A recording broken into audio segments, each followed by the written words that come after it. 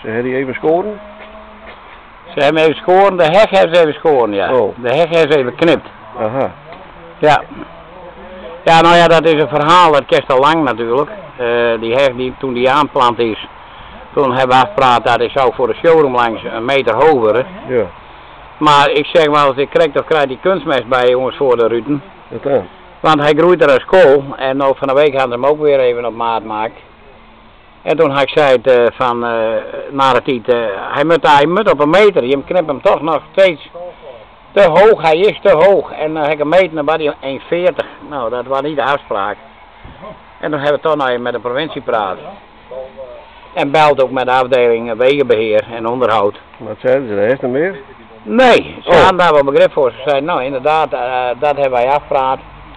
En dan komt hij daar ook heen, dus men zal het nou op die meter brengen. Oké.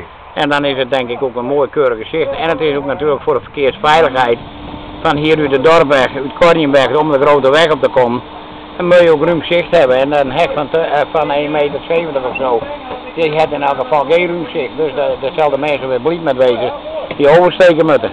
Bij zo'n mooie heg, daar hoort ook een mooie dak, hè? Een mooi rieten dak.